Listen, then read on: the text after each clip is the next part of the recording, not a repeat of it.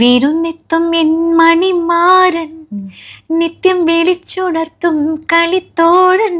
പിന്നെ ആളുകൾക്ക് ഇഷ്ടപ്പെട്ടൊരു പാട്ടാണ് കുയിലേ നിന്റെ പാട്ട് നീ ഒന്നൂടെ പാടിടുമോ, മയിലേ അത് കേട്ട് നീ ഒന്നൂടെ ആടിടുമോ. പിന്നെ ഷെരീഫിന്റെ കൂടെ പാടിയത് മുഹബത്തിൻ പൂന്തോപ്പിൽ വന്ന് നീ ചേർന്നതല്ലേ.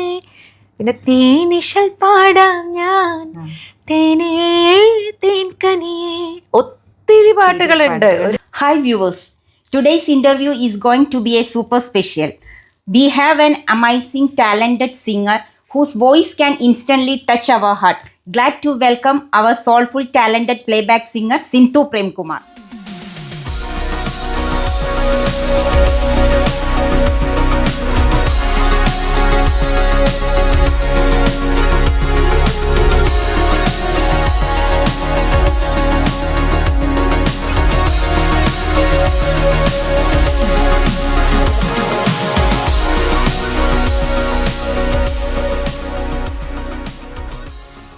നന്മയുടെ സുന്ദരി പാട്ടുകാരി എന്ന വിശേഷണത്തിലൂടെ തന്നെ നമുക്ക് സ്റ്റാർട്ട് ചെയ്യാം ചേച്ചി. ചേച്ചി ഇപ്പോൾ നമ്മുടെ റമദാൻ മന്ത് എന്നെ വരവേൽക്കാൻ കാത്തിരിക്കുകയാണല്ലോ. അപ്പം നമുക്കൊരു ഐശ്വര്യമായിട്ടൊരു ഡിവോഷണൽ സോങ് തന്നെ. തീർച്ചയായിട്ടും ഞാൻ തന്നെ പാടിയൊരു പാട്ടുണ്ട്. അതെനിക്ക് തോന്നുന്നു പ്രവാസികൾക്ക് ഒരുപാട് ഇഷ്ടപ്പെട്ട ഒരു പാട്ടാണ്, മാപ്പിളപ്പാട്ടാണ്. കുറച്ച് മുമ്പേ പാടിയൊരു പാട്ടാണ്. അതന്നെ ആയിക്കോട്ടെ ഫസ്റ്റ് ആദ്യം തന്നെ. അന്ത്യദൂതരെ കാലത്താ മണ്ണിൽ ജന്മം കൊണ്ടിരുന്നെങ്കിൽ ഞാൻ, അന്ത്യദൂതരെ കാലത്താ മണ്ണിൽ ജന്മം കൊണ്ടിരുന്നെങ്കിൽ ഞാൻ, ആറ്റലിൻ സ്വാഹാബത്തിൻ കൂട്ടത്തിൽ ഒരുവളായിരുന്നെങ്കിൽ ഞാൻ, ആറ്റലിൻ സ്വാഹാബത്തിൻ കൂട്ടത്തിൽ ഒരുവളായിരുന്നെങ്കിൽ ഞാൻ, അന്ത്യദൂതരെ കാലത്താ മണ്ണിൽ ജന്മം കൊണ്ടിരുന്നെങ്കിൽ ഞാൻ, ജന്മം കൊണ്ടിരുന്നെങ്കിൽ ഞാൻ. അടിപൊളി, താങ്ക് യു ചേച്ചി. 1994 അല്ലേ ഫിലിം ഇൻഡസ്ട്രിയിലേക്ക് അതൊന്ന് ജസ്റ്റ് ഒന്ന് എങ്ങനെയാണ്? ഞാൻ ശരിക്കും പറഞ്ഞാൽ കുറേ കോമ്പറ്റീഷൻസിലൂടെ വന്നൊരു, അറിയല്ലോ അന്നൊന്നും നമുക്ക് സോഷ്യൽ മീഡിയാസ് ഒന്നുമില്ല. ഒത്തിരി കോമ്പറ്റീഷൻസ്, ക്ലബിൻ്റെ പരിപാടികൾ, സ്റ്റേറ്റ് യൂത്ത് ഫെസ്റ്റിവൽസ്, പിന്നെ ഈ എന്താ പറയുക നമ്മുടെ നാട്ടിൽ നടക്കുന്ന പല കോമ്പറ്റീഷൻസും. അപ്പോൾ അങ്ങനെ ഞാൻ പ്രൗഡൻസ് സ്കൂളിലായിരുന്നു പഠിച്ചിരുന്നത് കാലിക്കറ്റ്. അപ്പോൾ അവിടെ എക്സ്ട്രാ കരിക്കുലർ ആക്ടിവിറ്റീസൊക്കെ വളരെയധികം എന്താ പറയുക പ്രോത്സാഹിപ്പിക്കുന്ന ഒരു സ്കൂളായിരുന്നു. അപ്പോൾ അതുകൊണ്ട് ഡിസ്ട്രിക്ട് സ്റ്റേറ്റ് ലെവലിലൊക്കെ കോമ്പറ്റീഷനിൽ പോയിട്ടുണ്ട്. പിന്നെ അത് കഴിഞ്ഞിട്ട് ഞാൻ പാലക്കാട് മ്യൂസിക് ഹാൾസിലായിരുന്നു പഠിച്ചിരുന്നത്. അതിനുശേഷമാണ് പിന്നെ നമ്മൾ ഈ കാസറ്റ് രംഗത്തേക്ക് വരുന്നത്. കാസറ്റുകൾ, അതെ അതെ, അന്നൊക്കെ ഒരുപാട് കാസറ്റ്സ് ആണ് നമുക്ക്. അപ്പം ശരിക്കും പറഞ്ഞാൽ ഒരു ദിവസം 2, 3 ഒക്കെ കാസറ്റ്സിൻ്റെ റെക്കോർഡിങ്സ് ഒക്കെ ഉള്ളൊരു സമയമാണ്. അങ്ങനെ കാസറ്റ്സിലൂടെ വന്നു. അത് ആദ്യമായിട്ട് ഞാൻ പാടുന്നത് VT മുരളി ചേട്ടൻ്റെ ഒരു കവിതയുടെ ഒരു കാസറ്റ് ഉണ്ടായിരുന്നു. സുഗതകുമാരി മാഡം അവരുടെയൊക്കെ കവിതകൾ എടുത്തിട്ടുള്ള, അതാണ് എൻ്റെ ആദ്യത്തെ കാസറ്റ്. അതായത് അതാണ് ആദ്യത്തെ റെക്കോർഡിംഗ് എന്ന് പറയുന്നത്. അതായത് നമ്മൾ സ്റ്റുഡിയോയിൽ പോയിട്ടുള്ള റെക്കോർഡിങ്. പിന്നെ അതിനുശേഷം ഒരുപാട് വർക്കുകൾ ചെയ്യാൻ പറ്റി. അതിൽ 3ാമത്തെ കാസറ്റ് ആയിരുന്നു തൗഫീഖ്, ശ്രീയേട്ടൻ്റെ കൂടെ MG ശ്രീകുമാർ സാറിൻ്റെ കൂടെ ചെയ്ത ഉമ്മയെന്ന മധുമൊഴി കേൾക്കാൻ കൊതിക്കാത്ത ജന്മമുണ്ട്. അത് എനിക്ക് തോന്നുന്നത് അത് വല്ലാതെ ഫീൽ ചെയ്യും. OM സാറിൻ്റെയാണ്, OM കരുവാരക്കുണ്ടാണ്, കണ്ണൂർ നൗഷാദാണ് അതിൻ്റെ മ്യൂസിക് ചെയ്തിരുന്നത്. അതിൽ 3 പാട്ടുകൾ ശ്രീയേട്ടൻ്റെ കൂടെ, ശ്രീകുമാർ സാറിൻ്റെ കൂടെ സ്വർണ്ണവർണ്ണ പട്ടുടുത്തോ, പിന്നെ അങ്ങനെ 2-3 പാട്ടുകൾ പാടി. പിന്നെ കാസറ്റ്സിൻ്റെ ഒരു ഇതായിരുന്നു. പിന്നെ ഒരുപാട് വർക്കുകൾ ചെയ്യാനായി. അങ്ങനെയാണ് ഞാൻ ഈ ഒരു മേഖലയിലേക്ക് എൻട്രി ചെയ്യുന്നത്. അതായത് പാട്ടിലേക്ക്, അതെ, ഒരു പ്രൊഫഷണൽ ആയിട്ട് നമ്മൾ മ്യൂസിക് എടുക്കാന്ന് പറയില്ലേ, അങ്ങനെ എൻട്രി ചെയ്യുന്നത്. ചേച്ചി ഭൂതക്കണ്ണാടിയിലാണല്ലോ പിന്നെ പ്ലേ ബാക്ക് സിംഗർ. അതില് പിന്നെ ചേച്ചി എങ്ങനെയാണ് അതിലേക്ക് വരാനൊരു എൻട്രി ഉണ്ടാവുമല്ലോ, ഒരു പ്ലേ ബാക്ക് സിംഗർ എന്നുള്ള ഒരു ഇതില് അതിൽ എങ്ങനെയാണ്? ഭൂതക്കണ്ണാടി ബൂതക്കണ്ണാടിയിൽ ഞാൻ വന്നത് എങ്ങനെയാണെന്ന് വെച്ചാൽ കൈതപ്രം സാറിൻ്റെ ഒരുപാട് വർക്കുകൾ ചെയ്തിട്ടുണ്ട്, ഡിവോഷണൽ വർക്കുകൾ. അപ്പം അങ്ങനെ ഇരിക്കുമ്പോൾ സാറ് പറഞ്ഞു നമുക്ക് ഇങ്ങനെ ജോൺസേട്ടൻ കാലിക്കറ്റ് വരുന്നുണ്ട്, ഭൂതക്കണ്ണാടി എന്ന് പറഞ്ഞൊരു ഫിലിം, ജോൺസൺ മാഷ് വരുന്നുണ്ട്, ഭൂതക്കണ്ണാടി റെക്കോർഡിംഗ് ഉണ്ട്. അപ്പം നമുക്കൊരു കാര്യം ചെയ്യാം, മോളുടെ വോയിസ് ഒന്ന് നോക്കാം എന്ന് പറഞ്ഞു. അപ്പം എനിക്ക് ഉറപ്പൊന്നും തന്നില്ല, എന്താ വെച്ചാൽ പറയാൻ പറ്റില്ലല്ലോ, ജോൺസേട്ടന് ആ വോയിസ് ഇഷ്ടപ്പെടണമല്ലോ. അപ്പോൾ അങ്ങനെ എനിക്ക് എന്താന്ന് വെച്ചാൽ ജോൺസൺ മാഷ് ഒക്കെ ഒന്ന് കാണുക എന്ന് പറഞ്ഞാൽ അത്രയും നമ്മളിങ്ങനെ പാട്ടുകൾ കേട്ടുകൊണ്ടിരിക്കുന്ന ഇതാണല്ലോ നമ്മളവിടെ. അപ്പം ജോൺസേട്ടൻ വന്നു എന്ന് പറഞ്ഞപ്പോൾ ഞാൻ കാലിക്കറ്റ് മ്യൂസിക് സിറ്റിയിൽ വെച്ചിട്ടായിരുന്നു റെക്കോർഡിങ്. അങ്ങനെ അവിടെ വന്നു. ഫസ്റ്റ് ഞാൻ പാടുന്നത് ശ്രീലക്ഷ്മിക്ക് വേണ്ടിയിട്ട് വിഷ്ണു ഭഗവാന്റെ കാരുണ്യം കൊണ്ടല്ലോ. അപ്പോൾ ജോൺസേട്ടൻ അതിൻ്റെ പുള്ളുവൻ പാട്ടായിരുന്നു. അപ്പോൾ അതൊക്കെ പറഞ്ഞു തന്നു. അങ്ങനെ ആദ്യം അതാണ് റെക്കോർഡ് ചെയ്യുന്നത്. പക്ഷെ അത് ജോൺസേട്ടൻ പറഞ്ഞു ഈ ലൈറ്റ് ആയിട്ടുള്ള അതിൽ പാടണ്ട, കുറച്ചും കൂടി ഒരു ബോൾഡ് ആയിട്ടുള്ള ഒരു വോയിസ് നമ്മൾ കൊണ്ടുവരണം, ലൈറ്റ് അല്ല അതിൻ്റെ വേർഷൻ അങ്ങനെയാണ് എന്ന് പറഞ്ഞു. അങ്ങനെയാണ് ഫസ്റ്റായിട്ട് ഞാൻ ആ ഒരു പാട്ട് പാടുന്നത്. പിന്നെ അതിനുശേഷം ഇഷ്ടമായി. അപ്പോൾ ഒരു പാട്ടും കൂടി പാടാമെന്ന് പറഞ്ഞു. അങ്ങനെ തലചായ്ക്കാൻ ഒരു താഴ്വാരം കാവ്യയ്ക്ക് വേണ്ടിയിട്ടാണ് ആദ്യം വോയിസ് കൊടുക്കുന്നത്. പിന്നെ അത് കഴിഞ്ഞ് അതിൽ തന്നെ വിദ്യാരം മാഷ്ട കൂടെ ഒരു പുള്ളുവൻ സോങ്, അതിൻ്റെ ടൈറ്റിൽ സോങ്, അങ്ങനെ 3 പാട്ടാണ് അതിൽ പാടിയത്. അങ്ങനെ പാടിക്കഴിഞ്ഞ് ജോൺസേട്ടന് ഭയങ്കര ഇഷ്ടമായി. അപ്പോൾ പറഞ്ഞു നമുക്കിത് ഓക്കെ ആക്കാം എന്ന് പറഞ്ഞു. ഒന്ന് തലച്ചയക്കാനുള്ള പാടാം. തീർച്ചയായിട്ടും നല്ലൊരു സോങ് ആണ്. അതെ, അതിൽ വിഷ്ണു ഭഗവാന്റെ ഞാൻ 2 വരി ഞാൻ പാടാം. അത് വിഷ്ണു ഭഗവാന്റെ കാരുണ്യം കൊണ്ടല്ലോ ഏറ്റനവോറ് പാടിയൊഴിക്കുന്നേ, ആ ഒരു സ്റ്റൈലിലുള്ള. പിന്നെ തലചായ്ക്കാനൊരു താഴ്വാരം, നീലാകാശം മണിമേട, ഋതുമതിരാവിന് ഞൊറിഞ്ഞൊടുക്കാൻ നല്ല വെണ്ണില കോടിയും മിന്നും താലിയും, തലചായ്ക്കാനൊരു താഴ്വാരം, നീലാകാശം മണിമേട. അടിപൊളി. ചേച്ചിനോട് സംസാരിക്കുന്നതിനെക്കാട്ടിലും എങ്ങനെയാ ചേച്ചിയുടെ പാട്ട് കേൾക്കാൻ ഇങ്ങനെ ഒരുപാട് നല്ല വോയിസ്. ചേച്ചി ഇപ്പം നമ്മൾ ഭൂതക്കണ്ണാടിനെ പാട്ട് പാടി അവിടെ അല്ല ചേച്ചി ഈ ഭൂതക്കണ്ണാടിക്ക് ശേഷം കുറേ ഫിലിംസുകളിൽ പാടിയിട്ടുണ്ട്, ഏതൊക്കെ? ഞാൻ ഭൂതക്കണ്ണാടിക്ക് ശേഷം പാടുന്നത് കാറ്റത്തൊരു പെൺപൂവ്, മോഹൻ കുപ്ലേരിയുടെ, അതും കൈതപ്രം സാറിൻ്റെ മനസ്സിലെന്തേ മയിൽപ്പീലി കാവടിയാട്ടം, അതും കാവ്യയ്ക്ക് വേണ്ടിയിട്ടാണ് വോയിസ് കൊടുത്തിരിക്കുന്നത്. പിന്നെ അഗ്നിസാക്ഷി, അതെനിക്ക് ഒരിക്കലും മറക്കാൻ പറ്റില്ല. അഗ്നിസാക്ഷിയിലെ ദാസേട്ടൻ്റെ കൂടെ ഗംഗേ മഹാമംഗലെ, അത് ഒരു എന്താ പറയുക, നമുക്ക് ദാസേട്ടൻ്റെ കൂടെ, അതെ ദാസേട്ടൻ്റെ കൂടെ ഒരു പാട്ട്. പിന്നെ അത് കഴിഞ്ഞ് വടക്കുനാഥൻ, പാഹിപരം പുരുളെ, രവീന്ദ്ര മാഷ്, വീണ്ടും ചില വീട്ടുകാര്യങ്ങൾ, അങ്ങനെ ഒരു 30-35 ഫിലിംസ് പാടാനായിട്ട് സാധിച്ചു. രവീന്ദ്ര മാഷിൻ്റെ കൂടെയുള്ള ആ ഒരു എക്സ്പീരിയൻസ് എന്ന് പറയുന്നത്, സാറിൻ്റെ കൂടെ ഞാൻ അതിന് മുമ്പേ കാലിക്കറ്റിലായിരുന്നു സാറ് കുറേ റെക്കോർഡിങ്സ് ഒക്കെ നടത്തിയിരുന്നത്. അപ്പോൾ ആ സമയത്ത് നരസിംഹം, നന്ദനം പോലുള്ള ഫിലിമിലൊക്കെ അസോസിയേറ്റ് ചെയ്യാൻ സാധിച്ചിരുന്നു. പിന്നെ ഇത് ഗിരീഷ് ഏട്ടൻ ത്രൂ ആണ് ഞാൻ വടക്കുനാഥനിൽ പാടുന്നത്.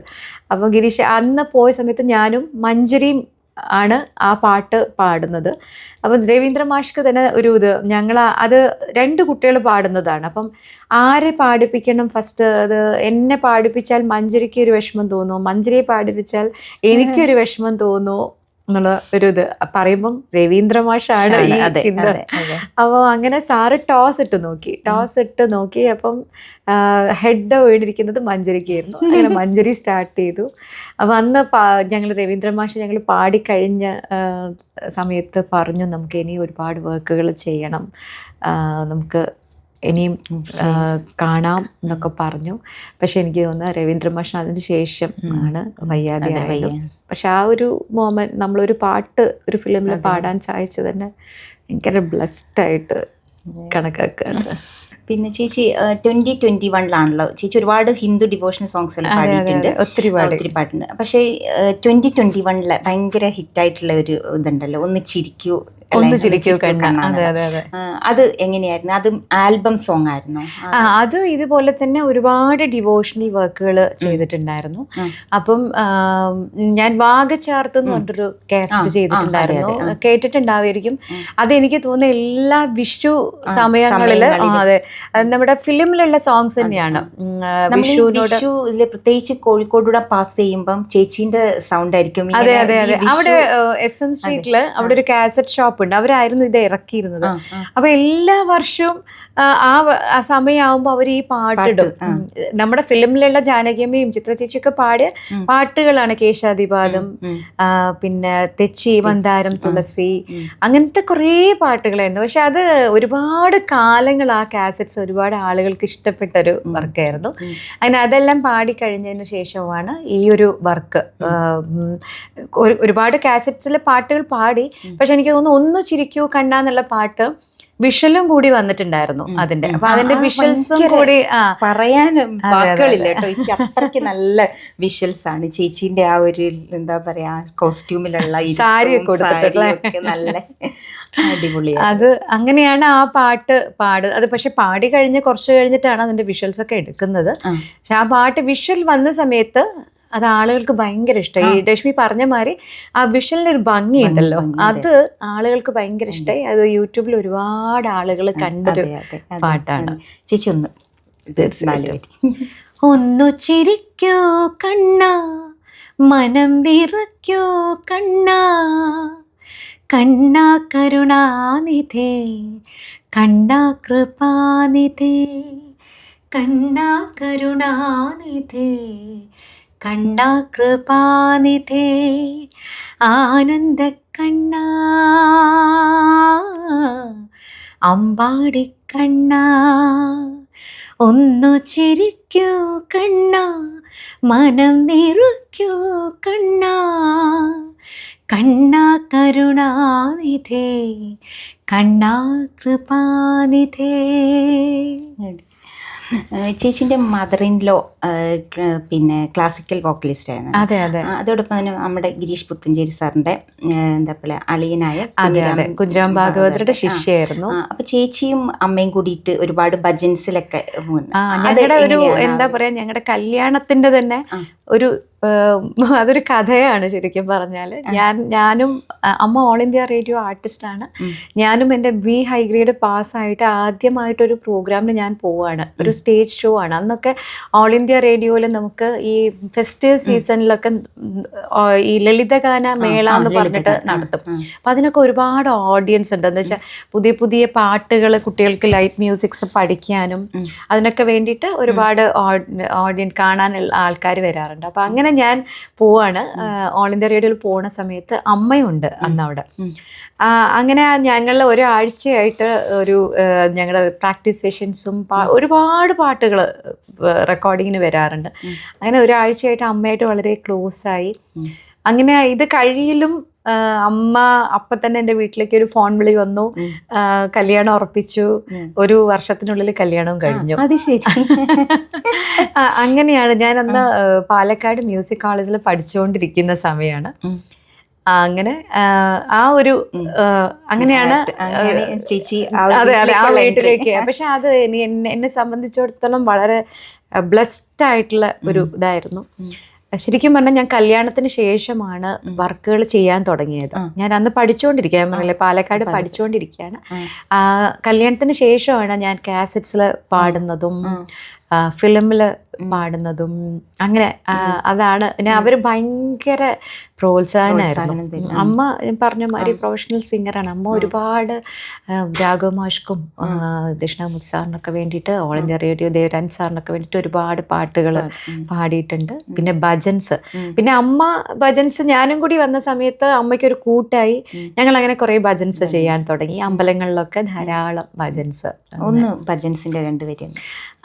ഒരുപാട് ഭജൻസ്, അതായത് നമ്മുടെ സൂർദാസ് കബീർദാസിന്റെ ഒക്കെ ഭജൻസും അഷ്ടപദീസ് ഇതെല്ലാം ഉൾപ്പെടുത്താറുണ്ട് അതിൽ. രാമ ഭജന ജഗത് സാർ, ശ്രീരാമ ഭജന ജഗത്സാർ,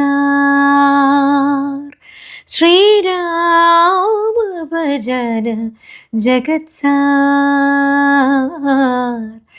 ബടേ ബടേ पृथ्वी के राजा छोड़ गए दरबार, राम भजन जगत्सार. श्रीराम श्रीराम श्रीराम भजन जगत्सार, श्रीराम श्रीराम श्रीराम भजन ജഗത്സാർ. എനിക്ക് ഭയങ്കര ഇഷ്ടമാണ് കേട്ടോ ഭജൻസ് പാടാൻ. ഭജൻസ് ഒരുപാട് ട്രെൻഡിങ് ആയി. ഞങ്ങളൊക്കെ പഴയ സമയത്ത് പാടുന്നതാണ്. 1.5-2 മണിക്കൂർ അത് ഒരേ ചമ്രം പടിഞ്ഞിട്ടിട്ട് നമ്മൾ ഒരു സ്ട്രെച്ചിൽ ഇങ്ങനെ പോവാ. പക്ഷെ എനിക്കത് ഭയങ്കര ഇഷ്ടമാണ് ഈ ഭജൻസ് കണ്ട്. ഇപ്പൊ നമ്മൾ വീണ്ടും ആ ഒരു ലൈഫിലേക്ക് അല്ലേ? അതെ അതെ. ഇപ്പൊ ഭജൻസ് രണ്ടാമതും ആളുകൾ സ്വീകരിച്ചു തുടങ്ങി. അതിന്റെ രീതികളൊക്കെ മാറി, പക്ഷെ എന്നാലും ആളുകൾ അത് സ്വീകരിക്കുന്നു. ചേച്ചി ഇപ്പം ഖത്തറിലാണല്ലോ അല്ലേ? ഒരു പ്രോഗ്രാം റിലേറ്റഡ് വന്നു. ഏകദേശം 5 വർഷത്തിന് ശേഷമുള്ള 5 വർഷമായി ഞാൻ ശരിക്കും പറഞ്ഞാൽ ഖത്തറിൽ വന്നിട്ട്. അപ്പം ചേച്ചിക്ക് എങ്ങനെയാണ് ഖത്തറിലുള്ള ജനങ്ങളുടെ അടുത്തുനിന്നുള്ള സ്നേഹം? എനിക്ക് സത്യം പറഞ്ഞാൽ എനിക്ക് ഭയങ്കര ഇഷ്ടമുള്ള, നമുക്കറിയാലോ ഓരോ പെർഫോം ചെയ്യുന്ന സ്ഥലങ്ങൾ. അപ്പോൾ ഖത്തറിൽ എനിക്ക് ഭയങ്കര ഇഷ്ടമാണ്. ഒരുപാട് നല്ല സുഹൃത്തുക്കളുള്ള സ്ഥലമാണ്. ഒരുപാട് എന്താ പറയുക, കലാസ്നേഹികൾ, പാട്ടുകാരെ സ്നേഹിക്കുന്ന ഒരു സ്ഥലമാണ് ഖത്തറിൽ. ഞാൻ നല്ല നല്ല പ്രോഗ്രാംസ് ഇവിടെ ചെയ്തിട്ടുണ്ട്. എന്താണെന്നറിയില്ല, ഒരു 5 ഇയർ വളരെ സ്നേഹമാണ് എനിക്ക് ഖത്തറിൽ ഒരു പ്രോഗ്രാം ചെയ്യാന്ന് പറഞ്ഞത്. ഒരുപാട് ഇഷ്ടമുള്ള കാര്യമാണ്. എന്താണെന്നറിയില്ല, 5 വർഷമായി ഞാൻ ശരിക്കും പറഞ്ഞാൽ ഖത്തറിൽ വന്നിട്ട്. പ്രോഗ്രാമിന്റെ എൻക്വയറി ഒക്കെ വരും, പക്ഷേ ഇങ്ങനെ അടുത്ത് വരുമ്പോൾ അതങ്ങോട്ട് എന്തോ എനിക്ക് എന്നിട്ട് ഭയങ്കര വിഷമായിരുന്നു. എന്തുകൊണ്ടാണ് എനിക്ക് ഖത്തറിൽ വരാൻ പറ്റുക? ബാക്കി എല്ലാ GCC കൺട്രീസിലൊക്കെ പ്രോഗ്രാംസ് ചെയ്യാറുണ്ട്, പക്ഷേ ഖത്തറിൽ ഇതുവരെയായിട്ട് വരാൻ പറ്റിയിട്ടില്ല. പക്ഷെ ഈ പ്രാവശ്യം ഒരു നല്ല പ്രോഗ്രാമിന്റെ ഭാഗമായിട്ട് എനിക്ക് ഖത്തറിൽ എത്താൻ പറ്റി. ഒരു പുതിയ ഗ്രൂപ്പിന്റെ ഒരു പ്രോഗ്രാം ആയിരുന്നു. അപ്പൊ അങ്ങനെ അത് വലിയ സന്തോഷം. പിന്നെ ചേച്ചി ഖത്തറിലെ തന്നെ പിന്നെ കലാകാരന്മാർ ചേർന്ന് ചേച്ചി ഒരു 100 എന്നുള്ള ഒരു ആൽബം ചെയ്തിട്ടുണ്ട്. അത് എന്ന് പറയുന്നത് എന്താണ്, പ്രവാചകന്റെ ആഗ്രഹിക്കുന്ന ഒരു സ്ത്രീയുടെ അല്ലേ? അത് ഭയങ്കര ഹിറ്റ് ആയിട്ടുള്ള ഒരു പാട്ടായിരുന്നു. അത് ഫൈസൽക്കെയാണ്, ലത്തീഫ് കെ ആയിരുന്നു അതിന്റെ മ്യൂസിക് ചെയ്തിരുന്നത്. അത് എനിക്ക് തോന്നുന്നു 100 ഒരുപാട് ആളുകൾ അതിന്റെ കവർ സോങ് ഉണ്ട്. അത് കുറെ ഖത്തറിലുള്ള കുട്ടികൾ എടുത്ത് പാടിയിട്ടുണ്ട് അല്ലേ? എനിക്കത് ഭയങ്കര നല്ലൊരു എക്സ്പ്ലോഷർ കിട്ടിയിരുന്നു. പിന്നെ എന്താ വെച്ചാൽ കുറെ കാലത്തിന് ശേഷം നല്ലൊരു ലിറിക്സും നല്ല ട്യൂണുമായിട്ടുള്ള ഒരു പാട്ടായിരുന്നു. ഭയങ്കര എടുത്ത് പാടാൻ, കുട്ടികൾക്കൊക്കെ എടുത്ത് കോമ്പറ്റീഷനിലൊക്കെ എടുത്ത് പാടാൻ പറ്റിയ ഒരു പാട്ടായിരുന്നു അത്. ചേച്ചി നേരത്തെ പറഞ്ഞല്ലോ ഓൾ ഇന്ത്യ റേഡിയോയിലെ ബി ഹൈ ഗ്രേഡ് ആർട്ടിസ്റ്റ്, അതെങ്ങനെയാ ചേച്ചി അതിന്റെ ഒരു എക്സ്പീരിയൻസ് അല്ലെങ്കിൽ ആ ഒരു മൊമെന്റ്സ് എങ്ങനെയാ? അത് എനിക്ക് ആദ്യമായിട്ട് ശരിക്കും പറഞ്ഞാൽ ഒരു നമ്മളിപ്പം മൈക്രോഫോണൊക്കെ ഇട്ടിട്ട് പാടുന്ന ഒരു എക്സ്പീരിയൻസ് എനിക്ക് ഓൾ ഇന്ത്യ റേഡിയോ വഴിയാണ് കിട്ടിയത്. അവിടെ ലൈവ് റെക്കോർഡിംഗ് ആണ്. അവിടെ നമുക്ക് ഈ കട്ട് ആൻഡ് പേസ്റ്റ് ഒന്നും ഇല്ല. നമ്മളിപ്പോൾ റെക്കോർഡിംഗ് സെഷൻ ഒരു സ്റ്റുഡിയോയിൽ പോയി കഴിഞ്ഞാൽ നമുക്ക് വേണമെങ്കിൽ ഇപ്പം നമുക്ക് ഒരു വരി തെറ്റിയാൽ, ഒരു അക്ഷരം തെറ്റിയാൽ വരെ നമുക്കത് പേസ്റ്റ് ചെയ്ത് വെക്കാൻ പറ്റും. പക്ഷെ അന്ന് എന്താ വെച്ചാൽ ലൈവായിട്ടുള്ള റെക്കോർഡിംഗ് ആണ്. നമ്മളത് എനിക്ക് ഇപ്പോഴും പടപടാ പഠിക്കുന്ന എന്താ വെച്ചാൽ നമ്മൾ തെറ്റിപ്പോയാൽ അത് എല്ലാ ഇൻസ്ട്രുമെന്റ്സ് ഉണ്ടാവും അവിടെ. അതും വലിയ വലിയ മ്യൂസിക് ഡയറക്ടർ, അതാണ് അത് ഭയങ്കര ഒരു ഇതാണ് കേട്ടോ. രാഘവ് മാഷ്, ചിദംബരനാഥ് സാറ്, പിന്നെ ദക്ഷിണാമൂർത്തി സാറ്, ദേവരാജൻ സാറിൻ്റെ കൂടെ ഞാൻ പാടിയിട്ടില്ല. പക്ഷെ ദേവരാജൻ സാറ് ഞങ്ങൾ പങ്കെടുത്ത ഒരു വർക്കിൻ്റെ ഭാഗമായിട്ട് സാറ് വന്നിട്ടുണ്ടായിരുന്നു. അപ്പം അത് എന്ന് പറയുന്നത് എനിക്ക് അതൊക്കെ നമ്മൾക്ക് എൻ്റെ തലമുറയിൽപ്പെട്ട ഒരാൾക്ക് അങ്ങനത്തെ ലെജൻഡറി ആയിട്ടുള്ള മ്യൂസിക് ഡയറക്ടേഴ്സിൻ്റെ കൂടെ വർക്ക് ചെയ്യാൻ പറ്റുക എന്ന് പറയുന്നത് വലിയൊരു ഭാഗ്യം. പിന്നെ ഇത് പറഞ്ഞ മാതിരി തന്നെ ഈ ലൈവ് റെക്കോർഡിങ് എക്സ്പീരിയൻസ് ഉണ്ടല്ലോ നമുക്ക്. അതായത് നമ്മൾ തെറ്റാതെ പാടുക, അതായത് നമ്മൾ ഒരു വരി തെറ്റിക്കഴിഞ്ഞാൽ ഫുള്ളി ഇൻസ്ട്രുമെന്റ്സ് റിപ്പീറ്റ് ചെയ്യണം. പാട്ട് നമ്മളെടുത്താണ് തെറ്റ്, അതിനിപ്പോൾ ഒരു ഇൻസ്ട്രുമെന്റ് ആണ് തെറ്റിയെന്ന് വെച്ചാൽ ഫുള്ളായിട്ട് ആ സോങ് രണ്ടാമതും റെക്കോർഡ് ചെയ്യണം. അപ്പൊ അത് നമ്മൾ നല്ല പക്കയായി വളരെ എന്താ പറയാ ഭയങ്കര കോൺഫിഡന്റോട് കൂടിയിട്ട് നമ്മൾ ആ പാട്ട് അവതരിപ്പിക്കണം. അപ്പൊ അതൊക്കെ ഒരു നമ്മളെ സംബന്ധിച്ചോളം ഒരു എക്സ്പീരിയൻസ് ആണ് അത്. ചേച്ചി ഒരുപാട് ഷോകളിൽ പങ്കെടുത്തിട്ടുണ്ട്. അപ്പം ചേച്ചിക്ക് ഫാസ്റ്റ് സോങ്സിനോടാണോ അതോ മെലഡീസ് ആണോ കുറച്ച് കംഫർട്ടബിൾ ആയിട്ടുള്ള? ഞാൻ ശരിക്കും പറഞ്ഞാൽ ആദ്യം മെലഡി ആയിരുന്നു കൂടുതൽ പാടാറ്. എപ്പോഴും മെലഡീസ് ആയിരുന്നു ആദ്യം പാടാറുന്നത്. എനിക്ക് തോന്നുന്നു ഞാൻ പാടിയ കുറേ പാട്ടുകളും അങ്ങനെയാണ്. ഇപ്പം അതർ പിന്നെ ഇപ്പം ഡിവോഷണൽ സോങ്സ് ഒക്കെ ആണെങ്കിലൊക്കെ നമ്മൾ ആ ഒരു തരത്തിലല്ലേ പാട്ടുകൾ ഉണ്ടാവുക. പക്ഷേ പിന്നീട് എന്താന്ന് വെച്ചാൽ നമ്മൾ അങ്ങനെ ഒരു പാട്ട് മാത്രം പാടി സെലക്റ്റഡ് ആവാൻ പറ്റില്ല. അപ്പൊ അതുകൊണ്ട് എല്ലാ പാട്ടുകളും പാടും. അപ്പം ഫാസ്റ്റാണ്. പിന്നെ എനിക്ക് ഈ പറഞ്ഞ പോലെ ഞാൻ ഇപ്പോഴത്തെ കുട്ടികളെമാരി നമുക്ക് ഡാൻസ് ഒന്നും ചെയ്തിട്ട് ഞാൻ പാടാറില്ല. ചെറിയൊരു മോമെന്റ്സ് ഒക്കെ കൊടുക്കുക, അതായത് നമ്മളിപ്പോൾ ഇന്ററാക്ഷൻസും കാര്യങ്ങളൊക്കെ ആയിട്ട് ചെയ്യാറുണ്ട്. അപ്പം നമുക്ക് പറ്റിയ പാട്ടുകൾ, ചില ഫാസ്റ്റ് സോങ്സ് ഒക്കെ അല്ലേ നമുക്ക് പറ്റിയ പാട്ടുകൾ, അപ്പം അതൊക്കെ എടുത്ത് പാടാറുണ്ട്. അപ്പം എനിക്ക് പൊതുവെ എപ്പോഴും പാടാൻ കൂടുതലായിട്ട് ഇഷ്ടം ഈ മെലഡീസും ഫോക്ക് സ്റ്റൈൽ സോങ്സും ഒക്കെയാണ്. അതൊക്കെയാണ് എനിക്കിഷ്ടം, എപ്പോഴും പാടാനും കൂടുതൽ ഇഷ്ടം. അതുപോലെ ഡ്യൂറ്റുകൾ കുറെ പാടുന്നു. അപ്പം എനിക്ക് തോന്നുന്നു അധികം കണ്ണൂർ ഷെരീഫിന്റെ കൂടെ എന്താന്ന് വെച്ചാൽ അത് പിന്നെ ഞാൻ മലബാറിലായതുകൊണ്ട്, കോഴിക്കോടാണല്ലോ വീട്, അപ്പം മലബാറിലായതുകൊണ്ട് ഒരുപാട് മാപ്പിളപ്പാട്ടുകളുടെ റെക്കോർഡിങ്സ് ഉണ്ടായിരുന്നു. അന്നൊക്കെ ഇതേപോലെ ഒരുപാട് കാസറ്റ്സ്, ഇപ്പം നമ്മുടെ പെരുന്നാളിനായിട്ട് കാത്തു നിൽക്കുന്ന ഒരുപാട് വർക്കുകൾ ഇറങ്ങും, ഓണത്തിന് ഇറങ്ങുന്ന വർക്കുകൾ. അപ്പം അതുകൊണ്ട് അന്ന് കുറേ പാട്ടുകൾ ഷെരീഫാണല്ലോ നമ്മൾ അന്ന് കുറേ പാടുന്നത്. അപ്പം ഷെരീഫായിട്ട് ഒരുപാട് ഞങ്ങളൊക്കെ ഒരുമിച്ച് വന്നതാണ്. ഞങ്ങൾ ആ ഒരു ഷെരീഫ്, ഞാൻ, മധു ബാലകൃഷ്ണൻ, സുദീപ്, ഞങ്ങളൊക്കെ ഒരേ ഒരു ഇതിൽ വന്നതാണ്. അപ്പോൾ ഷെരീഫായിട്ട് ഒരുപാട് ഡ്യുവറ്റ്സ് പാടാൻ പറ്റി. പിന്നെ എല്ലാവരുമായിട്ട് എനിക്ക് തോന്നുന്നു ഓൾമോസ്റ്റ് എല്ലാ ആളുകളുമായിട്ട് വർക്ക് ചെയ്യാനുള്ള ഒരു അവസരം കിട്ടിയിട്ടുണ്ട്. 2 മാപ്പിളപ്പാട്ട് മാപ്പിളപ്പാട്ട് എനിക്ക് തോന്നുന്നത് എൻ്റെ ഒരുപാട് മാപ്പിളപ്പാട്ടുണ്ട്. അതിലിപ്പോൾ ഞാൻ അന്ത്യദൂതരെ ഫസ്റ്റ് പാടി, പിന്നെ വീരുന്നെത്തും എൻ മണിമാരൻ, നിത്യം വിളിച്ചുണർത്തും കളിത്തോഴൻ, പിന്നെ ആളുകൾക്ക് ഇഷ്ടപ്പെട്ടൊരു പാട്ടാണ് കൊയിലേ നിന്റെ പാട്ട് നീ ഒന്നോടെ പാടിടുമോ, മയിലേ അത് കേട്ട് നീ ഒന്നോടെ ആടിടുമോ. പിന്നെ ഷെരീഫിൻ്റെ കൂടെ പാടിയത് മുഹബത്തിൻ പൂന്തോപ്പിൽ വന്ന് നീ ചേർന്നതല്ലേ, പിന്നെ തേനിശൽ പാടാം ഞാൻ തേനേ തേൻകനിയേ. ഒത്തിരി പാട്ടുകളുണ്ട്, ഒരുപാട് പാട്ടുകളുണ്ട്. അതെ ഒരുപാട് പാട്ട് എനിക്കിഷ്ടമാണ്. ശരിക്കും പറഞ്ഞാൽ ഈ മാപ്പിള പാട്ടുകൾക്ക് എന്ന് പറഞ്ഞാൽ അതിനൊരു പ്രത്യേക ഒരു ലാളിത്യം, ഫോക്ക് സ്റ്റൈൽ എല്ലാം കൂടി ചേർന്നിട്ടുള്ള ഒരു ഇതാണ്. ആദ്യം സത്യം പറഞ്ഞാൽ എനിക്ക് പാടുമ്പോൾ ചില വാക്കുകളൊക്കെ ഒന്നും കറക്റ്റ് അല്ലേ, ഈ ഖൽബ് അല്ലാ. അപ്പം ഈ നമ്മൾ സ്റ്റുഡിയോയിൽ പോയിട്ട് പാടുന്ന സമയത്ത് തെറ്റിപ്പോവും ആദ്യ കാലങ്ങളിൽ. അപ്പൊ ഇങ്ങനെ പറയും അവരിങ്ങനെ ഇങ്ങനെ മുകളിലേക്ക് വെച്ചിട്ട് പറഞ്ഞാൽ മതി. അതെ, പിന്നെ നമ്മളിങ്ങനെ എക്സ്പീരിയൻസ് ആണല്ലോ നമ്മൾ എല്ലാത്തിനും മുന്നോട്ട് പോകുന്നത്. അങ്ങനെ എനിക്ക് ഭയങ്കര ഇഷ്ടമാണ്. അതുപോലെ തന്നെ ഇവിടെ നമ്മള് പ്രവാസികൾക്കിടയിൽ ഒരുപാട് നമ്മള് മാപ്പിളപ്പാട്ടുകൾ സ്നേഹിക്കുന്നു. അങ്ങനെ കുറെ പ്രോഗ്രാംസ് ആയിട്ട് ഏതൊരു സ്റ്റേജ് പ്രോഗ്രാം പോയാലും മാപ്പിളപ്പാട്ട് പ്രത്യേകിച്ച് GCC-യിൽ നമ്മളിപ്പോ അധികം പെരുന്നാളിനോ അങ്ങനെയൊക്കെ വരുന്ന സമയത്ത് പക്ഷെ അതൊരു ഭംഗിയാണ് ഭയങ്കര. അതുമല്ല അവർക്ക് ഓരോ പാട്ട് പാടുമ്പോഴും ആ ഓഡിയൻസിന്റെ അടുത്ത് നിന്ന് കിട്ടുന്ന ഒരു സ്നേഹം ഉണ്ടല്ലോ, അത് ഭയങ്കര തന്നെയാണ് കേട്ടോ. ചേച്ചി അതുപോലെ തന്നെ പിന്നെ സിംഗർ എന്നുള്ള നിലയിൽ നിന്ന് വ്യത്യസ്തമായിട്ട് റിയാലിറ്റി ഷോയിൽ ചേച്ചി, അപ്പൊ ചേച്ചി സിംഗറിൽ നിന്ന് മാറി ഒരു ജഡ്ജ് എന്നുള്ള ആ ഒരു മൊമെന്റ് ഉണ്ടല്ലോ, അപ്പൊ എന്താണ് ചേച്ചിക്ക് അതിനെ പറ്റിയിട്ട്? അത് ഞാൻ ആദ്യം ആങ്കറിങ് ചെയ്തിരുന്നു. ഞാൻ ആദ്യമായിട്ട് ചെയ്യുന്നത് എനിക്ക് തോന്നുന്നത് ജീവൻ TV-യിൽ ഒരു സംഗീതം ബേസ് എല്ലാം മ്യൂസിക്കൽ റിലേറ്റഡ് ആയിട്ടുള്ള, അപ്പോൾ അതിലൊരു ആങ്കർ ആയിരുന്നു ഞാൻ. ഒക്കെ എല്ലാ മേഖലയിലും ഒന്ന് കൈവച്ച് നോക്കിയതാണ്.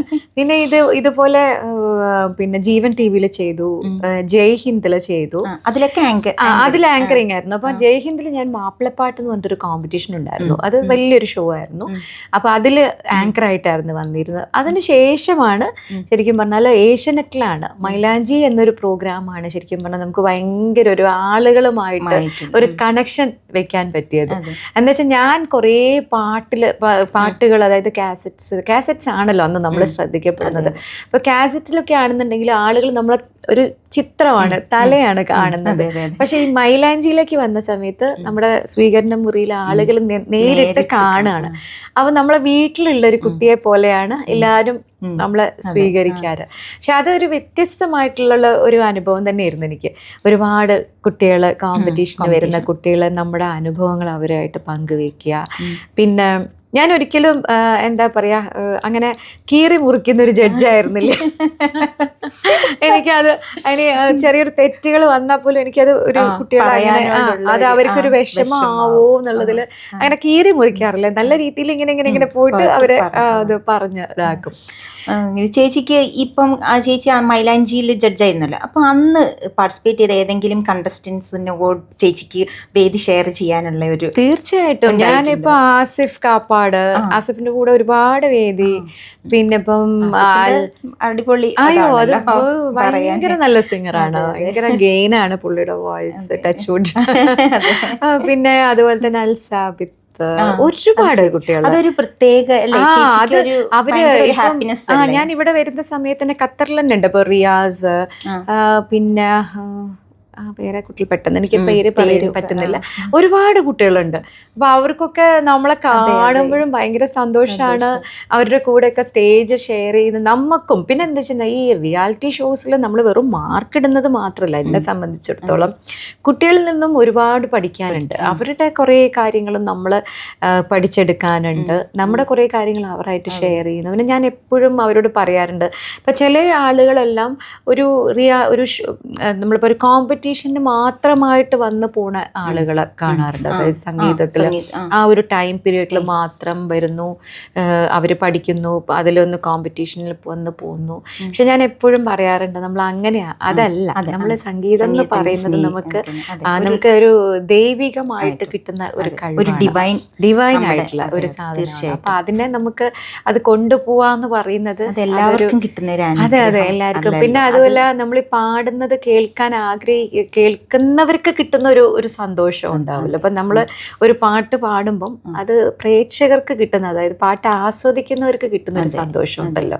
അപ്പം ഞാനത് കുട്ടികളോട് പറയും, നിങ്ങളിത് കണ്ടിന്യൂ ചെയ്യണം. ഏതെങ്കിലും ഇപ്പം ചില കുട്ടികളൊക്കെ ജോലിയൊക്കെ ആയിട്ട് അതിൻ്റെ തിരക്കുകളിലൂടെയൊക്കെ പോകാറുണ്ട്. പക്ഷെ പല കുട്ടികളെയും ഇവിടുന്ന് കാണുമ്പോഴും അവർ മ്യൂസിക്കും കൂടെ കൊണ്ടുപോകുന്നതാണ്. അതൊരു വലിയ സന്തോഷമാണ്. കുട്ടികളൊക്കെ കാണുമ്പം വലിയൊരു സന്തോഷമാണ്. ചേച്ചി അതുപോലെ തന്നെ ഈ റിയാലിറ്റി ഷോകളിൽ ഇപ്പം ജസ്റ്റ് പാട്ട് മാത്രമല്ലല്ലോ, നമ്മൾ അതിൽ ഇപ്പോൾ ചേച്ചി ഇപ്പം നേരത്തെ പറഞ്ഞ പോലെ ഡാൻസും ഒക്കെ കൂടി. അപ്പം ചേച്ചി വോയിസിനാണോ ഇമ്പോർട്ടൻസ് അതോ എക്സ്പ്രഷനാണോ, ഐ മീൻ അതോ ഈക്വലി ഇമ്പോർട്ടൻസ് ആയിട്ടാണോ ഒരു റിയാലിറ്റി ഷോയിൽ? അല്ല, നമ്മൾ നോക്കുന്ന സമയത്ത് ഒരു പാട്ട് ഒരു കുട്ടി എങ്ങനെ അവതരിപ്പിക്കുന്നു എന്നുള്ളതാണ്. അതായത് ഒരു പാട്ട് അവരെങ്ങനെ ആ കുട്ടിയുടെ സൗണ്ടിലൂടെ ആ കുട്ടി എങ്ങനെയാണ് അതിലേക്ക് അവതരിപ്പിക്കുന്നു എന്നുള്ളതാണ് നമ്മൾ മെയിനായിട്ട് നോക്കുന്നത്. ആ ഒരു പാട്ട് പാടുക എന്ന് പറയുമ്പോൾ അതിലെ രാഗം, താളം, അതിൻ്റെ എക്സ്പ്രഷൻസ്, അതെല്ലാം നമ്മൾ കൊണ്ടുപോകണം. അതാണല്ലോ ഒരു പാട്ട്. ഒരു കേൾവിക്കാരൻ്റെ അതിന് സുഖം കിട്ടണം എന്നുണ്ടെങ്കിൽ അതല്ലാതെ ശ്രുതിയില്ല, താളം ഇല്ലാതെയൊക്കെ പാടി ഇപ്പം ഒരു സാധാരണ ആളുകൾക്ക് പോലും അത് മനസ്സിലാവും. ആ പോണ എങ്ങനെയാന്നുള്ള രീതി മനസ്സിലാവും. അതിന് പാട്ട് പഠിക്കണം എന്നൊന്നുമില്ല. അപ്പൊ അത് ഭംഗിയായിട്ടൊരു പാട്ട് അവതരിപ്പിക്കുക എന്നുള്ളതാണ്. ഞാൻ എൻ്റെ മാർക്കിങ്ങിലൊക്കെ അങ്ങനെയായിരുന്നു പോവാറ്. പിന്നെ അതിൽ തന്നെ പല റൗണ്ട്സും വരാറുണ്ട്. ഇപ്പം നമ്മുടെ ഇപ്പം റിയാലിറ്റി ഷോസിലാണെന്നുണ്ടെങ്കിൽ പെർഫോമൻസ് റൗണ്ട് വരാറുണ്ട്. അപ്പൊ ഇപ്പോഴത്തെ മക്കളൊക്കെ ഭയങ്കര സ്മാർട്ടാണ് കുട്ടികളൊക്കെ. അവരൊക്കെ എന്താ പറയാ, അവർ അതിൻ്റെ രീതികളൊക്കെ അതിൽ അഭിനയിക്കാറുണ്ട്, അഭിനയിച്ച് പാടും. അതെന്താ വെച്ചാൽ പല പല റൗണ്ടുകളും, അതെ പല റൗണ്ട്സും വരാറുണ്ട്. അപ്പം പല കാറ്റഗറിയിലുള്ള റൗണ്ട്സ് ആണ്. അപ്പൊ അതിൽ ചിലപ്പോൾ അതിനെ അഭിനയിച്ച് പാടേണ്ടി വരും. അപ്പോൾ എല്ലാം മിടുക്കരായിട്ടുള്ള കുട്ടികളാണ്. ചേച്ചി ഇപ്പം യങ് ജനറേഷനിൽ കുട്ടികൾക്ക് ഈ റിയാലിറ്റി ഷോ ഒരുപാടുണ്ടല്ലോ. ഏത് TV ചാനൽ നമ്മൾ എടുത്ത് നോക്കിയാലും റിയാലിറ്റി ഷോ ഇല്ലാത്ത ഒരു ഇതില്ല. അപ്പം അവർക്കത് എത്രത്തോളം ഹെൽപ്ഫുൾ ആണ് ഈ ഒരു ഷോ, റിയാലിറ്റി ഷോ കൊണ്ട്? എനിക്ക് തോന്നുന്നു ഇപ്പോൾ സോഷ്യൽ മീഡിയാസ് ഭയങ്കര ഒരു പ്ലാറ്റ്ഫോമാണ് കുട്ടികൾക്ക്. ഇപ്പം നമ്മൾ എത്ര കുട്ടികളാണ് ഈ ഒരു പ്ലാറ്റ്ഫോമിലൂടെ പുറത്തു വരുന്നത്. ഇപ്പം എനിക്ക് തോന്നുന്ന പാട്ടുകാരാണ്, നിറയെ പാട്ടുകാരാണ്. അപ്പം എന്താ വെച്ചാൽ ഇത് അവർക്ക് ഇപ്പം റിയാലിറ്റി ഷോസിൽ നമുക്കിപ്പം ജഡ്ജസ് ആയിട്ട് വരുന്ന പലതിലും മ്യൂസിക് ഡയറക്ടേഴ്സ് വരുന്നുണ്ട്, ഗസ്റ്റ് ഇതിലായിട്ട് വരുന്നുണ്ട്. അപ്പോൾ ഇതൊക്കെ എന്താ വെച്ചാൽ പുതിയ വോയിസിന് നമ്മുടെ മ്യൂസിക് ഡയറക്ടേഴ്സ് ഉപയോഗിക്കുകയാണ് ചെയ്യുന്നത്. അപ്പം അതൊക്കെ അവർക്ക് ഈ ഒരു സംഗീത മേഖലയിലേക്ക്, അതായത് സിനിമാ മേഖലയിലേക്കൊക്കെ കടന്നു വരാനുള്ള വലിയൊരു ഓപ്പർച്യൂണിറ്റിയാണ്. പിന്നെ എത്ര ആളുകളാണ് ഇത് കാണുന്നത്. അപ്പൊ അതൊക്കെ ആളുകളുടെ മനസ്സിലേക്കാണ് ഈ കുട്ടികളൊക്കെ എത്തിപ്പെടുന്നത്. ഈ ചെറിയ കുട്ടികളൊക്കെ പാടുന്ന കണ്ടാല്, ഞാൻ ഫ്ലവേഴ്സിന്റെ ഫിനാലെയിലുണ്ടായിരുന്നു. അപ്പം അതിൽ പോയ സമയത്ത് എനിക്ക് തന്നെ അതിശയം, ഇത്രയോ ആളുണ്ടാവും, കുഞ്ഞു മക്കളാണ്, പക്ഷെ അത് പഴയ പാട്ടുകളാണ് എടുത്തു പാടുന്നത്. പക്ഷെ അതൊക്കെ കാണാൻ ചേച്ചി വേറൊരു കാര്യം നമ്മൾ നോട്ടീസ് ചെയ്യാൻ, കാണാതെ പാടാം. അതെ അതെ അതെ, കാണാതെ പഠിച്ച് അത് അക്ഷരങ്ങളൊക്കെ തന്നെ അവർക്ക് മനസ്സിലാവാൻ എടുക്കാൻ പറ്റുന്ന ഒരു കുട്ടികളാണ്. പക്ഷെ എന്നാലും അത് പാടുമ്പോണ്ടല്ലോ, അത് വേറൊരു ഞാനത് വിചാരിക്കും ദൈവികമായിട്ട് കൊടുക്കുന്ന ഒരു സരസ്വതി വരദാനം തന്നെയാണ് അത്. ചേച്ചിക്ക് ഏറ്റവും കൂടുതൽ എന്താ പറയാ, പാട്ടിങ്ങനെ പാടി ഉള്ള ഒരു ലൈഫാണല്ലോ പോകുന്നത്. ചേച്ചി എപ്പോഴെങ്കിലും ഒരു മ്യൂസിക് ഇല്ലാത്ത ഒരു ലൈഫിനെ കുറിച്ചിട്ട് തിങ്ക് ചെയ്യോ? ചേച്ചിക്ക് പറ്റുമോ? അയ്യോ, എനിക്കത് പറ്റുകയില്ല. അത് ചില സമയങ്ങളിലൊക്കെ പിന്നെ വീട്ടിൽ നിന്ന് മോളൊക്കെ കളിയാക്കും. ഞാനിങ്ങനെ എന്ത് പണി ചെയ്തുകൊണ്ടിരിക്കുകയാണെങ്കിലും പാടിക്കൊണ്ടിങ്ങനെ ഇരിക്കും. അപ്പം മോള് പറയും, ഇതെന്താ റേഡിയോ മാങ്കോന, ഏതെങ്കിലും FM സ്റ്റേഷനാണോ അമ്മ എല്ലാ സമയത്തും? പക്ഷെ എനിക്കത് ശരിക്കും പറഞ്ഞാൽ ആ പാട്ട് വിട്ടിട്ടുള്ള ഒരു ഇത് നമ്മളൊരു പ്രൊഫഷനായിട്ട് കൊണ്ടുപോകുന്നതാണല്ലോ. ഞാൻ എപ്പോഴും പറയും, എനിക്കിഷ്ടപ്പെട്ട, അതായത് പാട്ടിനോട് വളരെ താല്പര്യമുള്ളത് കൊണ്ട് ആ ഒരു ഇഷ്ടപ്പെട്ട പ്രൊഫഷൻ തന്നെ ആയതുകൊണ്ട് നമുക്കതിനെ ഒരു സമയമോ അതൊന്നും നമ്മൾ ചിന്തിക്കുന്നില്ല. എത്ര ടൈം ആണെങ്കിലും നമ്മൾ ആ സംഗീതത്തിൽ ഇങ്ങനെ ജീവിച്ചു പോകാം. പക്ഷെ അതിൽ ഏറ്റവും നന്ദി പറയേണ്ടത് എൻ്റെ പാരൻസ്, പിന്നെ എൻ്റെ ഗുരുനാഥന്മാർ, പിന്നെ അതുപോലെ തന്നെ ഞാൻ എത്തിപ്പെട്ട വീട്. അങ്ങനെ അതാണ്, അവരോടാണ് എനിക്ക് ഏറ്റവും നന്ദി പറയേണ്ടത്. എന്താ വെച്ചാൽ അച്ചമ്മയാണ് ശരിക്കും ഞാൻ പാടുന്നുണ്ട് എന്നുള്ളത് കണ്ടുപിടിച്ചത്. അപ്പോൾ ചെറുപ്പത്തിൽ തന്നെ ഒരു 4th പഠിക്കുമ്പോൾ തന്നെ ക്ലാസിക്കൽ ട്രെയിനിങ് ചെയ്തു. വിജയൻ കോവൂർ എന്ന് പറഞ്ഞ സാറായിരുന്നു കാലിക്കറ്റ്. അങ്ങനെ 2-3 സാർമാരുടെ അടുത്ത് അന്നൊന്നും പാട്ട് പഠിക്കാൻ ഇഷ്ടമല്ല, കരഞ്ഞിട്ടൊക്കെയാണ് പോയിരിക്കുക. പക്ഷെ അച്ചമ്മയ്ക്ക് ഭയങ്കര താല്പര്യമായിരുന്നു. അങ്ങനെ അത് കഴിഞ്ഞു. പിന്നെ ഞാൻ എൻ്റെ പ്രീ ഡിഗ്രി, അന്ന് പ്രീ ഡിഗ്രി ആണല്ലോ നമ്മൾ പഠിക്കുന്നത്. പ്രീ ഡിഗ്രി എല്ലാം കഴിഞ്ഞ് ഡിഗ്രി ജോയിൻ ചെയ്ത സമയത്താണ് പാലക്കാട് മ്യൂസിക് കോളേജിനെ പറ്റി അറിയുന്നത്.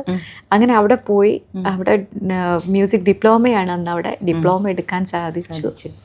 പിന്നെ അതാണ് അവരൊക്കെ പറയുന്നത്, പല ആൾക്കാരും ബാക്കിലേക്ക് നിൽക്കുന്ന ആ ഒരു അതാണ്. അതെ അതെ, ഇല്ലല്ലോ, ഞാൻ പറഞ്ഞില്ലേ മോളെ, കോമ്പറ്റീഷൻസ് ആണ്. നിന്നും ഇത്ര ഒരു സാഹചര്യങ്ങൾ ഇല്ലല്ലോ. പക്ഷെ അതാണ് അന്ന് പാരൻസ് തോന്നുകയാണ്, എന്തിനാണ് ഇവള് പാട്ട് പാടി നടക്കുന്നത്, വേറെ എന്തെങ്കിലും ജോലിക്ക് വിട്ടാൽ പോരേന്ന് തോന്നുകയാണെങ്കിൽ ചിലപ്പോൾ രശ്മി എന്നെ ഇങ്ങനെ ഇന്റർവ്യൂ ചെയ്യില്ല. അതിൻ്റെ ഒരു എന്താ പറയുക ഭാഗ്യം, ചേച്ചിനെ ഇങ്ങനെ ഇന്റർവ്യൂ ചെയ്യാൻ കിട്ടിയത്. പിന്നെ ചേച്ചി ഇപ്പോൾ ഒരുപാട് സ്ഥലങ്ങളിലൊക്കെ പോയിട്ടുണ്ടല്ലോ. അപ്പോൾ ചേച്ചിക്ക് ഏറ്റവും അറ്റാച്ച്മെന്റ് അല്ലെങ്കിൽ ഏറ്റവും പോകാൻ ഇഷ്ടവും ആഗ്രഹിക്കുന്നതായിട്ടുള്ള സ്ഥലം ഏതാ? അങ്ങനെ ചോദിച്ചാൽ അങ്ങനെ ഉണ്ടാവില്ല, നമുക്ക് ഓരോ ആൾക്കാരുടെ ആ ഒരു ഈ പറഞ്ഞ മാതിരി എനിക്ക് ഖത്തർ ഇവിടെ വന്നതുകൊണ്ട് പറയല്ല കേട്ടോ, അങ്ങനെ ഇവിടുത്തെ ആളുകളെ സുഖിപ്പിക്കാനായിട്ട് പറയുന്നതല്ല. ഖത്തർ എനിക്ക് ഇഷ്ടമാണ്. നല്ല ഈ പറഞ്ഞ മാതിരി നല്ല ഓഡിയൻസ് ആണ്, നല്ല പാട്ടുകളെ സ്നേഹിക്കുന്ന, ഒരുപാട് നല്ല സുഹൃത്തുക്കളുള്ള സ്ഥലം. പിന്നെ ദുബായ് അബുദാബി ഉണ്ട്, ഒരുപാട് ഷോസ്.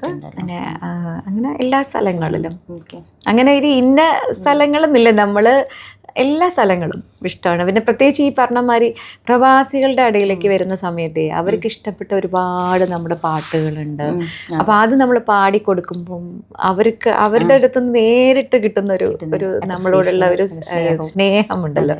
പിന്നെ ഒരുപാട് ആളുകൾ നമ്മൾ പ്രോഗ്രാം കഴിഞ്ഞിട്ട് അവർ വന്നിട്ട് അവരുടെ ഒരു സ്നേഹം നമ്മളുടെ ചിലപ്പോൾ ഒരു ഫോട്ടോയിലൂടെ ആയിരിക്കും, അല്ലെങ്കിൽ അവരോട് സംസാരിക്കുന്ന കുറച്ച് നേരം സംസാരിച്ചിരിക്കുന്നതിലൂടെ ആയിരിക്കും. പക്ഷെ അതൊക്കെ എന്ന് പറയുന്നത് അത് ഭയങ്കര ഒരു ഇതാണ്, നമ്മൾ നേരിട്ട് കിട്ടുന്ന ഒരു സ്നേഹമാണ്. ഞാൻ എപ്പോഴും പറയും, എനിക്ക് എൻ്റെ ഒരു മ്യൂസിക് കരിയറിൽ ഞാൻ ഏറ്റവും വില മതിക്കുന്ന ഒരു കാര്യം എന്ന് പറയുന്നത് ഇത്തരത്തിലുള്ള സൗഹൃദങ്ങളാണ്.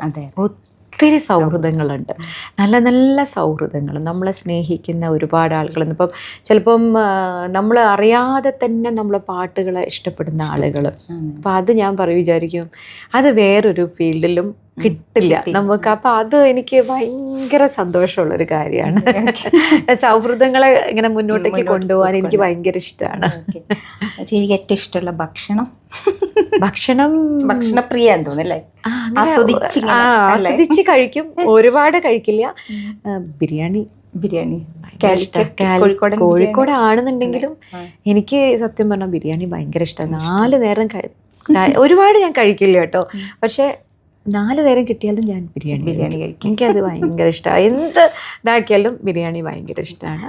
പിന്നെ നമ്മളിപ്പം കുറേ സംസാരിച്ചു. ഇനി ഏതെങ്കിലും ഒരു ചേച്ചിക്ക് ഇഷ്ടമുള്ള ചേച്ചിക്ക് പാടാൻ എപ്പോഴും ഇഷ്ടമുള്ള നമുക്കൊരു എവർഗ്രീൻ സോങ്സ് ഉണ്ടാവും, അതിലേതെങ്കിലും? ഒരുപാട് പാട്ട് ഇഷ്ടമാണ്.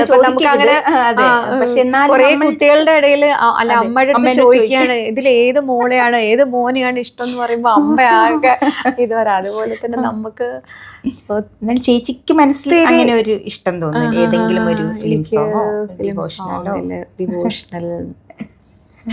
എനിക്ക് ഏത് പാട്ടാണ് ഇപ്പം പാടുക? എനിക്ക് ഇത് ഭയങ്കര ഇഷ്ടമാണ്. നേற்று இல்லாத மாற்றம் என்னது, காற்று என் காதில் ஏதோ சொன்னது, இதுதான் காதல் என்பதா, இளமை பொங்கிவிட்டதா, இதயம் சிந்திவிட்டதா, சொல் மனமே நேற்று இல்லாத மாற்றம் என்னது, കാറ്റ് എൻ കാതിലേതോ சொன்னது. ഇളയരാജ സാറിൻ്റെ പാട്ടുകളൊക്കെ ഭയങ്കര ഇഷ്ടമാണ്. പഴയ ആ ഒരു 90s 80s 90s പാട്ടുകൾ, അത് ഹിന്ദി സോങ്സ്, ഒരുപാട് പാട്ടുകൾ പെട്ടെന്ന് ചോദിക്കുമ്പോൾ നമുക്ക് പെട്ടെന്നൊന്ന്. നേച്ചറില്ലാത്ത പാട്ട് എനിക്ക് ഭയങ്കര ഇഷ്ടമുള്ളൊരു പാട്ടാണ് അത്. നമുക്കപ്പോൾ എനിക്ക് തോന്നുന്നു ഏകദേശം നമ്മുടെ എന്താ പറയാ വൈൻഡപ്പ് ചെയ്യാനുള്ള സമയം നമ്മൾ അറിഞ്ഞില്ലല്ലേ സംസാരിച്ചിട്ട്. രശ്മി ആയതുകൊണ്ട് എനിക്ക് ഭയങ്കര ഒരു എന്താ പറയാ ഭയങ്കര കംഫർട്ടാണ്. ചേച്ചി എനിക്കും നല്ല ഇത് തോന്നി, കംഫർട്ടബിൾ ആയിരുന്നു. അപ്പോൾ ചേച്ചിക്ക് എന്താണ് ഇപ്പോഴത്തുള്ള ജനറേഷനിൽ ഒരുപാട് കുട്ടികൾ ഈ ഒരു ഇതിലേക്ക് വരികയാണ് സിംഗിങ്, ചേച്ചിക്ക് എന്താണ് ഒരു മെസ്സേജ്? ഈ പറഞ്ഞ പോലെ തന്നെ നമുക്ക് മ്യൂസിക് എന്ന് പറയുന്നത് ഭയങ്കര ഒരു ദൈവികമായിട്ട് നമുക്ക് കിട്ടുന്ന ഒരു കാര്യമാണ്. അപ്പോൾ അതിനെ നല്ല രീതിയിൽ തന്നെ കൊണ്ടുപോകാനായിട്ട് ശ്രമിക്കുക. പിന്നെ മ്യൂസിക്കിൽ ഇപ്പോൾ പുതിയ മക്കൾക്കാണെന്നുണ്ടെങ്കിൽ ഒരുപാട് അവസരങ്ങളുണ്ട്. നമുക്കിപ്പം നമ്മുടെ പാട്ട് വെറും സിനിമാ മേഖല മാത്രമല്ലല്ലോ, നമ്മുടെ കോമ്പോസിഷൻസ് എല്ലാം നമുക്ക് ആ പ്ലാറ്റ്ഫോമിൽ അവതരിപ്പിക്കാനായിട്ട് സാധിക്കും. അപ്പം ഈ വരുന്ന പുതിയ പുതിയ അവസരങ്ങൾ നല്ല രീതിയിൽ വിനിയോഗിക്കാൻ ശ്രമിക്കുക. പിന്നെ നമ്മളെപ്പോഴും ഈ പറഞ്ഞ മാതിരി നമ്മളെ പഠിപ്പിച്ച ഗുരുക്കന്മാരാണെങ്കിലും നമ്മളെ സപ്പോർട്ട് ചെയ്ത നമ്മുടെ പാരൻസ് ആണെന്നുണ്ടെങ്കിലും അവരൊക്കെ ഒന്ന് സ്മരിക്കുക എപ്പോഴും. ഞാനൊക്കെ എപ്പോഴും എനിക്ക് ഏതൊരു സ്റ്റേജിലേക്ക് ഞാൻ കയറുന്ന സമയത്തും നമ്മൾ അവിടെ അവരൊന്ന് ഒരു മിനിറ്റ് ഞാൻ അവരൊന്ന് ആലോചിച്ചിട്ടാണ് എപ്പോഴും കയറാറ്. എന്നുവെച്ചാൽ അവരില്ലെങ്കിൽ നമ്മളില്ല. അപ്പോൾ അതുകൊണ്ട് അവരുടെ ഒരു അനുഗ്രഹമൊക്കെ നമ്മൾ പ്രത്യേകിച്ചും ഈ ഒരു മ്യൂസിക് ഫീൽഡിൽ നമുക്ക് അതൊക്കെ ആവശ്യമാണ്. അപ്പോൾ അത്തരത്തിലൊക്കെ കാര്യങ്ങളൊക്കെ തന്നെയുള്ളൂ. പക്ഷെ എന്നെ സംബന്ധിച്ചിടത്തോളം ഞാൻ എൻ്റെ കുറച്ച് കാര്യങ്ങൾ ഷെയർ ചെയ്തു എന്നേ ഉള്ളൂ. നമുക്കും ഒരുപാട് ഇങ്ങനെ എന്താ പറയുക ഒരു കടൽ പോലെ ഇങ്ങനെ മുന്നിൽ സംഗീതം തുറന്നു കിടക്കുകയാണ് പഠിക്കാനായിട്ട്. അപ്പോൾ ഒരുപാട് സന്തോഷം ചേച്ചി, തിരക്കുകൾക്കിടയിലൊക്കെ ഇങ്ങനെ ഒരു ഇൻ്റർവ്യൂ ഞങ്ങളുടെ ചാനലിൽ തരാൻ ചേച്ചി സമയം കണ്ടെത്തി ഞങ്ങളുടെ കൂടെ വന്നതിന്. ഇനിയും ചേച്ചിൻ്റെ മധുരമായ സ്വരത്തിൽ ഞാൻ ഈ ചിരിച്ച ഒരുപാട് ഒത്തിരി സന്തോഷം, നല്ല സ്മൈലാട്ടോ ചേച്ചിൻ്റെ. അപ്പോൾ എപ്പോഴും ഈ ഒരു സ്മൈലോട് കൂടി ഒരുപാട് പാട്ടുകൾ പ്രേക്ഷകർ ആയ ഞങ്ങൾക്ക് ഞാനും ഒരുപാട് നന്ദി പറയുന്നു. Thank you so much. Thank you.